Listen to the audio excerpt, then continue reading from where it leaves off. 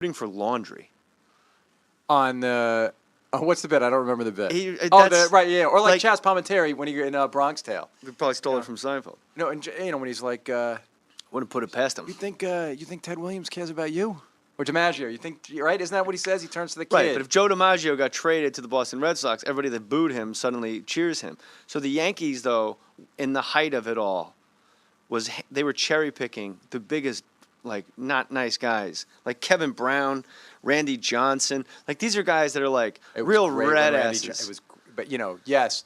But it was and so great. Hold on, but like 8 months ago, I'm going, you suck, Johnny Damon, fuck you. And 8 months go by, and I'm like, Johnny, yeah. And I'm like, what kind of life is this? This is ridiculous. What kind of people are these, Henry? You wrote Runner Runner is very hush hush when you couldn't even tell me in my garage it was that secret. Well, you had asked a really good question. You said, were there any screenplays that you've written that you felt like, oh, that should have been a movie, and it wasn't? Remember, you were asking that on the air, and I said there was just one that I could think of because a lot of screenwriters tell these very depressed stories that are accurate about I wrote this or I wrote that, and it's Jay, I'm going to break the fourth wall and say you just walked across the room, and now you're I think you got across the palatial fake mustache studios. All right. They're not. You don't think these are palatial? Can you this please garage? tell your story? Yeah, the point is... It's not a podcast about our surroundings. Well, that would be Guess Where I Am podcast. I'm taken with the Parker Lounger. I like the Parker Lounger. Here's the thing. I don't have a lot of those stories, but there was this one script that I was like, this fucking ridiculous. This movie hasn't been made. It's really worth making. And right around then, there was this chance that these guys were going to do the movie. And so it came together. What call comes first? Is it like Ben Affleck's people go, hey, Ben just found this script and he's into it? Or is it a studio call? Is it your writing partner? It's that's a Art really Garfunkel, great, does he call up? Levine, that's a great question. What happens is the studio guy who had originally bought the script at Studio A, he got a job running another studio. So he said, I've always believed in this. I'll try to help you put it together. I think it should be a movie. But then what happened was, like Justin Timberlake read it and said, yo, this would be dope. Very similar to what he said. He's like, you know what, I was thinking that maybe it would be all right if we, I like the gambling if you could just explain how it works. But so he... Which is always what you want. No, he was great. He loved it. And that's what John C. McGinley said right before he took Platoon. If you just explain to me what this Vietnam thing is, bub. I'm all in it, bub. I got a bad feeling about this one. I got a bad feeling about this Vietnam War thing, bub. Yeah, John, just say it again. Don't say Vietnam War. Sorry, I'm going with history books here, bub. Right.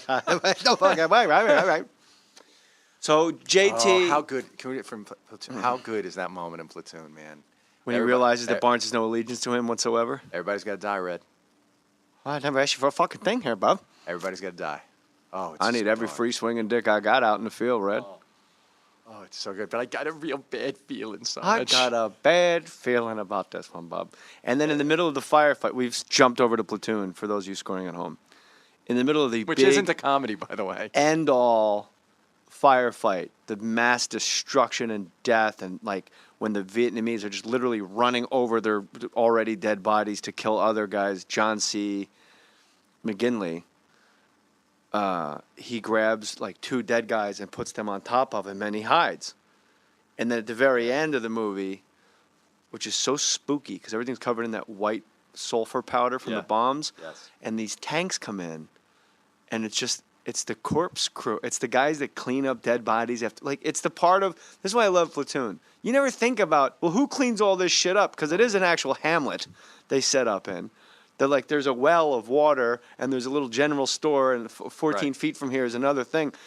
And these guys come in these tanks, and there's just something about the tanks that Oliver Stone uses. Like, the tanks are creepy. It's a tank. There's tanks throughout the whole... We've all seen a billion. And the guys are dressed differently creepy. Like Kevin Dillon, like you think, how can you get more creepy than Kevin Dillon? One of the creepiest, ever. But these guys somehow come in.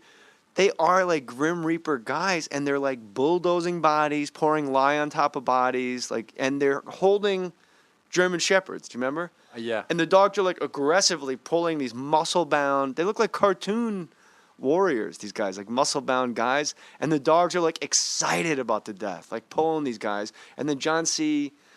I keep wanting to say Riley, which would be a much different movie. The clown has no penis. Yeah. And Step Brothers. Yeah. Fucking kill you, Leonard Lee Nimoy. Oh, if we really want to jump around, so he throws the bodies off of him, and then looks up at the Sergeant Death collecting man and goes, "Fucking pussies, man! They all cut out on me, man." Like he immediately springs to life like a phoenix out of the ashes, and has a line of bullshit. And he's probably gonna get a Purple Heart and a Bronze Star. Well, it's so great because he's such a suck up to Barnes the whole time. Yeah. You know, and then Barnes betrays him, and then Barnes dies, and he lives. At the end of that movie, the last half hour. You heard the Charlie Sheen interview? Yeah, of course. When we just broke it down. Oh, yeah, of course. And I said, and it's great when there's an actor that has forgotten a piece of something. And you can. And I go, sometimes I feel like I was born of both men and always had two fathers. And he goes, yes, hello, exactly. Like he starts getting super excited. And I'm like, I'm right? I'm right. And Elias was Christ. Oh, well, yeah, Elias was, there's no question about it when he's running out of the woods and he dies with his arms. You know what you notice in that? No squibs go off. There's no blood. It was a mistake. But it's too perfect a shot to reshoot it with blood going everywhere. Willem Dafoe gets shot like 75 times by like 1,000 Vietnamese what's amazing soldiers. Is that I'm sure you remember this, but the shot of his smile. Right before he gets shot, before they flush him out. He sees Barnes. Yeah, and he smiles because he thinks. I always thought he knew Barnes was going to shoot him right there. See, I think he thinks Barnes is going to save him. Oh no, I didn't. I think when he first sees Barnes, he thinks he's going to save him, and then it turns. That's what and then he realizes it changes. Look at his. I wish we had it here, but I think that what Dafoe is playing is a moment of, because even though I hate Barnes, I would save Barnes, right? Dafoe's. You know what Dafoe is playing? I knew all along it was going to end this way. Right. You killing me. You think that's what Elias is playing? That's the twist. Dafoe is the big twist is that Berenger doesn't have the balls to kill him. He's a fucking coward. And they just leave him in the ground. And he just goes over. Elias is dead. And they get in the helicopters and take off. And then they see. And they see like he's still out there. And then they say, oh, it's sick. But when he gets shot and does all this flopping around, no squibs go off. There's no blood. There's no explosion. And it's that perfect shot. He's in that Christ pose, and that giant Huey splits his arms like a field goal. Yeah.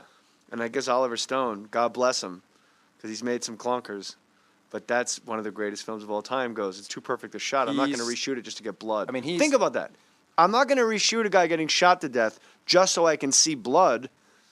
It's too perfect a shot. Like the aesthetics around it are so incredible that people don't even realize there's no blood being shot 75 times. Well, that sequence of that movie is so powerful. You know, I guess I was probably 19 when that movie came out, and all of the movies I saw leading up to, I guess somewhere around my mid-20s when I started watching movies differently, maybe beginning to think about doing this with my life. They would hit me so fucking hard, and you'd collect those scenes, those moments, and they keep living like that whole sequence there, the smile. I can hear the music in my mind. I could talk to you about that for an hour. Yeah. Like about what that made me feel like the first time I saw it. Like you and I could go. I mean, I don't want to. Like that smile that Dafoe gives, that moment, he's so perfectly cast in that movie. From the moment you first meet him, you know, and he adjusts Sheen's thing before the other. You don't need this. You don't need right before they go on the night raid. Right before they go on the night raid. Charlie Sheen's loaded up like he's going to camp with like a shovel and you don't need this. You don't need this. Look, I'll hump your gear, and if you get lost, and he does the same laugh there. He goes, "Don't call out." Yeah, when people on Twitter always ask. I do this thing every, a few weeks or so. I'll say for the next half hour, I'll answer any screenwriting questions on Twitter. And people, I like doing it. It's a really good way to sort of at one time answer a lot of questions. I wish I had that kind of a resource when I was starting out. But if you are a screenwriter or someone who wants to be a screenwriter, and people ask about what does it mean to how do you make real seeming characters, or how do you very quickly, without doing too much exposition, explain who somebody is? I mean, just watch that sequence. You learn everything about Elias, about Dafoe, about why he's important in that first 5 minutes of that movie. And it's the Oliver Stone cast it brilliantly. Defoe was like not really famous. He was famous, but he wasn't really famous. But the way that character is written is so just amazingly perfect to me. To go back to what you said earlier, because I do want to talk about Runner Runner, was... Talk about anything you want. There's cookies here if you want cookies. Chocolate chip and oatmeal. So, Thanks. no, I have no conscious thought about entertaining the people around me. I'm a compulsive talker, and when I get excited, Right. I get manic. Not Yes. near manic. I get manic, and when there's a dunk, I'm gonna look at the guy next to me and go, "Whoa!" like any other fan. Right. And I think that's what you saw is me actually behaving like But I there's did also when I a was on. that's a nice thing for you to when I was say on that you Valley don't give it Bureau. any thought. But you know, there is a certain generosity of spirit that you display in that environment that I think But I think that leaves people with something I think that's that nice. generosity of spirit is what you bring into every environment. Right, but I for a don't long think time, I people don't think thought you were a huge dick. People thought you were a Well, dick. because I played like a Rutger Hauer level dick. Yeah, because you played this giant dick in the movies. Yeah. Because of how people thought you comported yourself in the beginning. Louis of your... C.K. said it the other day on Opie and Anthony. What did he said, say? A funny arrogance. And I said, Right, yeah. wow, I never heard it explained that way. Most people just call it dick. Right. And he That's goes, no, I great. thought it was funny. That's great, but if people could see, if people saw you interacting in that way, it was just a really cool thing to. It was a cool thing to see because none of it seemed phony at all. It just seemed like you were there interacting almost like you were Having just watching fun. the whole section. Well, it was fun. Yeah, it was It great. is weird, And like, the next one. to have that much of a reputation of being a dick, and then you had a courtside seat, literally, of me just actually, like, completely just shoving food in my face and having a nice time for 3 hours, Not being a dick not at including all. the meat Well, in the walk home. I know you're not a dick, but even in your own book, you paint yourself like a fucking dick. For Well, a that's lot of your based life. on from what everyone's told me and the way people behave when my name comes up, where I'm surprised by it. Like, wait, that guy? Why? What? But that's the and podcast has really made that ebb. And then because of the fucking throwing the guy in the garbage cans, you throw Neil Oh, Brennan. Neil Brennan. Neil That was Brennan in still the garbage funny. cans. Neil Brennan even admitted that was funny. No, he didn't. Yes, was he like- did. I checked was him like, into it's been- the- He said it took him years to get over it. Funny. It was snowing out. He said it took him. He All said right. he's It's a dick move. That's also booze. right. So there's the answer for me acting, having a great time. And if you did have to throw someone in the garbage cans, Neil's perfect. Neil's perfect? Sure. Sure. Good guy to throw. Oh, perfect for throwing. Yes. I thought you meant like he's a perfect person for throwing. No, I'm saying If you're going to throw someone that's not garbage not Brad Williams. If you're not going to, Brad Williams from the podcast, he's a midget comic. Oh yeah, of course, yeah. And he literally has to tell people in meet and greets, don't pick me up. Oh. And I was like, that's not true. And then he was backstage with me at Denver. We were at clubs in the same town at the Comedy Works. He was downtown and I was in Village Square. And they literally I just hear, no. And I look over and it's just two fucking dudes are trying to pick him up during take a picture of us with the comic. I don't know if this is true, but in the Scorsese movie that he's shooting now called The Wolf of Wall Street, it's based on a true book written by a guy named Jordan Belfort. And in the book opens with a scene of a bunch of boiler room, Wall Street dudes having a huge party where they paid to be able to do what they would call, and I'm using the wrong term, but what they would call midget throwing. Dwarf tossing. Dwarf tossing. Yeah. And so I think that'll be in the movie. I think, because the book opens with. Now, if you're a midget, that. do you just chalk that up as a gig? That's my question. Guess what? I'm doing a Scorsese movie. What happens? Well, Leo DiCaprio picks me up and throws me down a bar. When you were In a fight scene? No, they're all mocking me. When they would do the little person tag team wrestling when we were kids. Loved it. Did you love it? Yeah, I did. I hated the women. Me too. I was like, this is a I waste didn't of need my the time. Fabulous Moolah. Yeah, that was always her like, name, the what am I Fabulous watching this Moolah. for? And I hated when in WWF, Right, that was my like thing. Linda, they got loose where like a girl would come in and like slap a guy in the face and be like, she's a tough customer. I'm like, nah, not really. Yeah, not if. Yeah. Hey, who's tougher than that girl? Except a whole bunch of dudes, More Norm. Please. Oh my God, runner. I was gambling once. I was in Moose Jaw, Saskatoon. That's Canadian Plains there, And you always remember the hands you lose, not the ones you win. Norm, were you a Bruno Sammartino fan? Oh my God, I love those shorts he wore. That's the thing with those wrestlers. They always wear those weird shorts, Nowhere else.